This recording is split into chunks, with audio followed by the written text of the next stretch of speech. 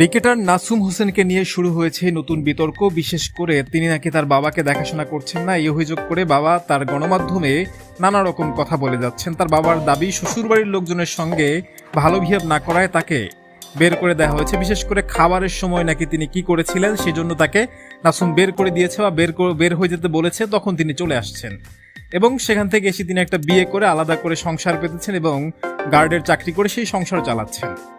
তার অভিযোগ নাসুম তাকে দেখছে না, উল্টো নাসুম বলছেন তিনি রীতিমতো প্রত্যেক মাসে টাকা দিয়ে তার দায়িত্ব পালন করছেন। নাসুমের বোন এসেও আবার নাসুমের পক্ষে সাফাই গাচ্ছে। সব মিলিয়ে পরিস্থিতি খুবই ঘোলাটে। কিন্তু এর মধ্যে যে কথাগুলো ফাঁকে রয়ে গেছে, যে কে নির্দোষ না নাসুম নাকি নাসুমের বাবা, সব মিলে সেটা যাচাই না করেই মিডিয়া গণহারে প্রচার করছে যে নাসুমই একেবারে দোষী এবং সেখানে সেই চিরাচরিত বউয়ের জন্য ছেলে খারাপ হয়ে যাওয়ার যে কনসেপ্ট সেটা হাজির করে ফেলেছে।